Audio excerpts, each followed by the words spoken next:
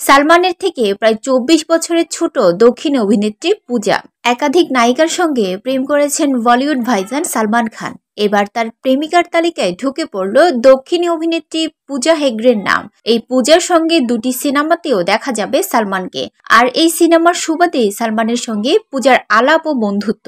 ভারতীয় বিভিন্ন সংবাদ মাধ্যম বলছে পূজার সঙ্গে নাকি শুটিং এর পরেও সময় কাটাচ্ছেন সালমান। জানা গেছে সালমানের ফার্ম হাউসে নাকি দেখা গেছে পূজাকেও।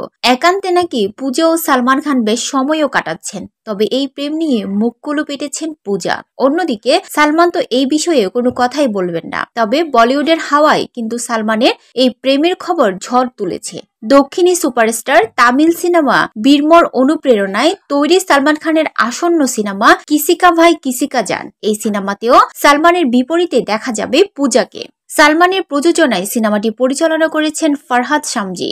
চিত্রনাট্য লিখেছেন সাজিদ নাদিয়াদওয়ালা। ভারতের দক্ষিণী সিনেমায় অভিনয় করে বিশেষ খ্যাতি লাভ করেছে পূজা। বর্তমানে বলিউডে নিয়মিত অভিনয় করছেন। তার ঝুলিতে এখন বেশ কয়েকটি সিনেমা রয়েছে।